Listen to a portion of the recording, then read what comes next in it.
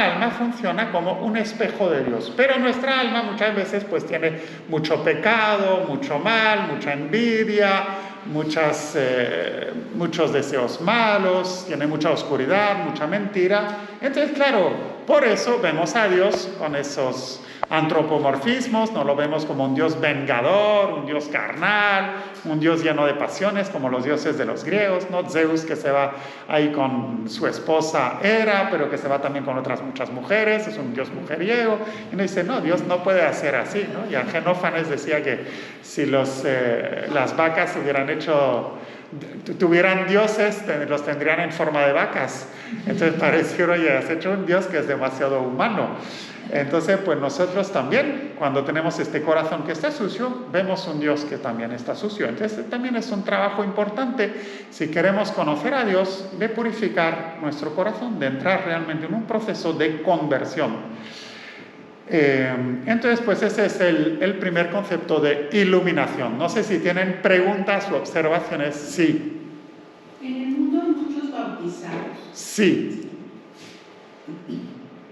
¿Qué les falta entonces, si lo vemos a través de la iluminación, para conocer a Dios? O sea, ¿es formación? ¿Qué paso tienen que dar?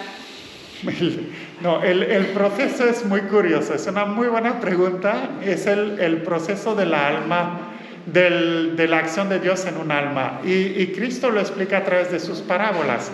Cuando habla de la parábola del sembrador, dice, pues, viene el sembrador, siembra la palabra, y pues en unos lugares pues queda eso como sembrado sobre piedra, en otras pues crece muy rápido y de pronto llegan las espinas, en otras pues, y luego llega a la tierra buena y ahí sí da fruto. Entonces como que hay este proceso en los corazones, y también es bonito ver lo que Cristo dice mi padre es el viñador, la parábola de la vida, ¿no? Uno tiene que volver a pensar esas parábolas del reino también. También la parábola de la cizaña. La parábola de la cizaña dice Cristo que viene el enemigo y siembra la cizaña. Entonces de pronto encontramos en el mundo, pero también en nuestro corazón, muchas hierbas malas, y uno dice, ¿y ahora qué hacemos con esto? Y Cristo dice, esperen la cosecha, cada cosa a su tiempo. Y luego en la parábola, en la alegoría de la vid, cuando dice mi padre es el viñador, entonces estos sarmientos que no van a dar fruto los va quitando. Entonces uno puede pensar también en ese trabajo del Padre dentro de la iglesia, pero también en nuestro corazón, donde nos va purificando. Es muy sorprendente escuchar las historias de las personas, ¿no? A veces cuento la historia de este señor, pues ya con una edad bastante madura, y yo fui a ayudar un día ahí en la catequesis, en una parroquia, y pues puros adolescentes gritando, armando el jaleo que suelen armar. Y entonces veo a este señor ya mayor y le digo, pero ¿usted cómo tiene la paciencia para estar aquí? Me dice, padre, ¿sabe? Cuando yo era niño estaba en la catequesis, y luego pues dejé de ir a misa cuando era adolescente, nunca volví a ir. Y ya hace pocos años volví a descubrir el tesoro que era mi fe. Y entonces yo quiero que estos adolescentes también puedan tener esta alegría. A lo mejor les va a pasar como a mí, de que durante muchos años no van a ir a misa, no van a acordarse de Dios, sino en momentos muy puntuales. Pero quiero que un día, como yo, puedan volver a encontrar el sentido de su vida y la riqueza que han tenido en ese momento. Me conmovió mucho, pero muestra este camino, ¿no? Y les puedo contar así muchas historias. Otro día un señor que me dice, miren, pues mis hijos querían comulgar esta mañana, pero no han hecho su primera comunión. Y entonces me dice, pero pues mire, padre, es muy curiosa la vida. Yo soy marinero. Antes de salir al mar, cuando voy a ir de pesca o no sé qué hace como marinero, dice, yo me voy a una iglesia con una vela, la prendo y me quedo ahí hasta que termine. Y en ese momento llega la hija, que tenía unos 10, 12 años en ese momento, la que había querido comulgar, y su papá le dijo, no, pues no has hecho tu primera comunión.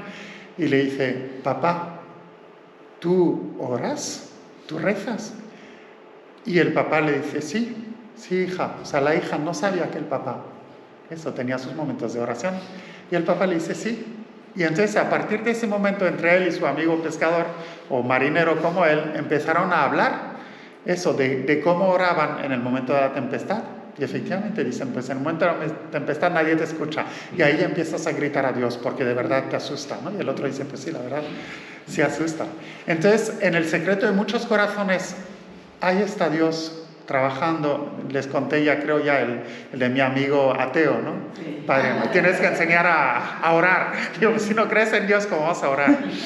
Entonces, es muy curioso este camino de la iluminación. Entonces, para contestar a su pregunta, está por un lado ese trabajo de Dios que está en el corazón, y por otro lado está el trabajo del hombre, que a veces pues padece el escándalo, a veces padece el cansancio, a veces se aleja porque ha aceptado el pecado en su vida, a veces se aleja porque ya no ve, es decir, tiene muchas dudas y entonces ya no tengo fe porque tengo muchas dudas. Y uno le dice, oye, así me escribió una señora hace menos de un mes, me dice, padre, es que yo es que no soy muy creyente porque tengo muchas dudas. Le digo, no, pues si los apóstoles también tenían muchas dudas, ya no muy creyentes, no crean ningún problema, es normal tener dudas, ¿no?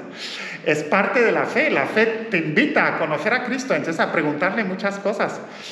Pero como que son trabas que se van haciendo en el corazón y a veces pues eso, ¿no? Como que no hay nadie para como con comprensión, simplemente es que no pasa nada, tú camina, ahí donde estás, ahí está Cristo contigo que te viene a buscar. Entonces este camino de esperanza, de abrir ventanas para que la gente pueda eso comprender. Luego está, pues, puede haber soberbia de que no, yo lo sé todo y esto es indigno de mí. San Agustín era así, ¿no? Se reía del sacerdote y su madre porque pues la presentación que le daban de la fe no estaba a la altura de su intelecto. Y es cierto, que no significa que no haya verdad en la fe, significa que a verdad, pues las personas efectivamente son muy inteligentes y no logramos contestar las preguntas que nos hacen. A mí me ha pasado, o sea, de pronto uno dice, pues es muy buena pregunta, déjame pensarlo y te iré contestando, ¿no? Y uno ya va preguntando, a veces uno ya sabe, o sea, muchas veces las respuestas de fondo uno ya las sabe, pero el modo de argumentarlas para que lleguen a ser comprensibles para la otra persona puede ser complejo. Entonces, como que hay un camino es la parte intelectual, una parte es el camino de purificación, de conversión del pecado, de atreverse, ¿no? A volver a acercarse a Dios, que a veces la gente se siente muy indigna. Y luego está pues el trabajo de Dios en el corazón, que va iluminando, que va poniendo circunstancias, a veces tristes, a veces alegres, a veces de pronto se le hace la luz sobre aquello de lo que tenía duda, a veces es un amigo, a veces uno ve el camino de San Carlos de Foucault, ¿no? Es su prima o no sé quién que le estaba escribiendo cartas diciéndole, oye, yo oro por ti, yo no sé qué, tal, sería bueno, tal.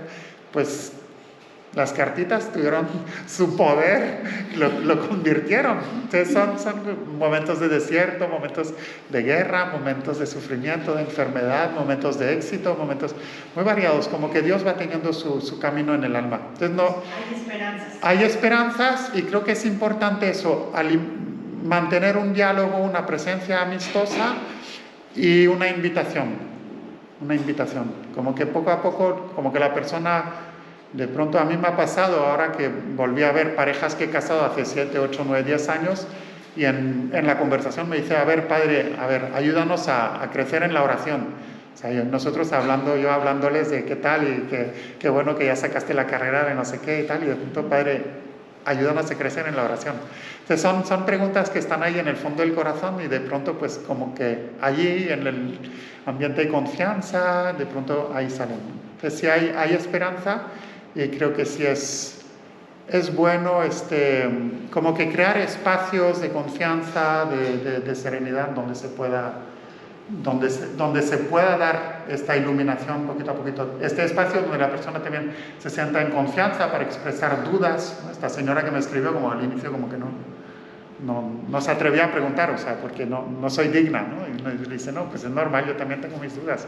Y como, y entonces esto cómo es, y esto cómo es, y esto cómo es. Entonces como que poco a poco pues ya vamos caminando. Entonces sí, creo que así es.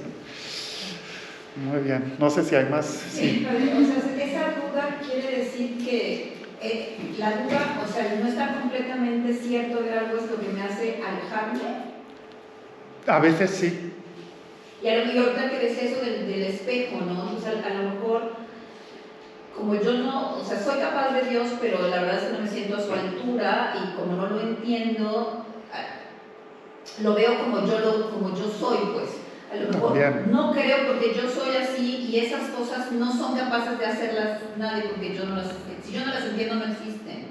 ¿Será? No sé. También puede haber esto y también puede haber el escándalo del mal, es algo que hoy también puede haber las objeciones respecto a la existencia de Dios. La típica es Sartre, ¿no? Si Dios es todopoderoso, entonces yo no soy libre, porque si yo soy libre, entonces es algo que Dios no controla. Claro.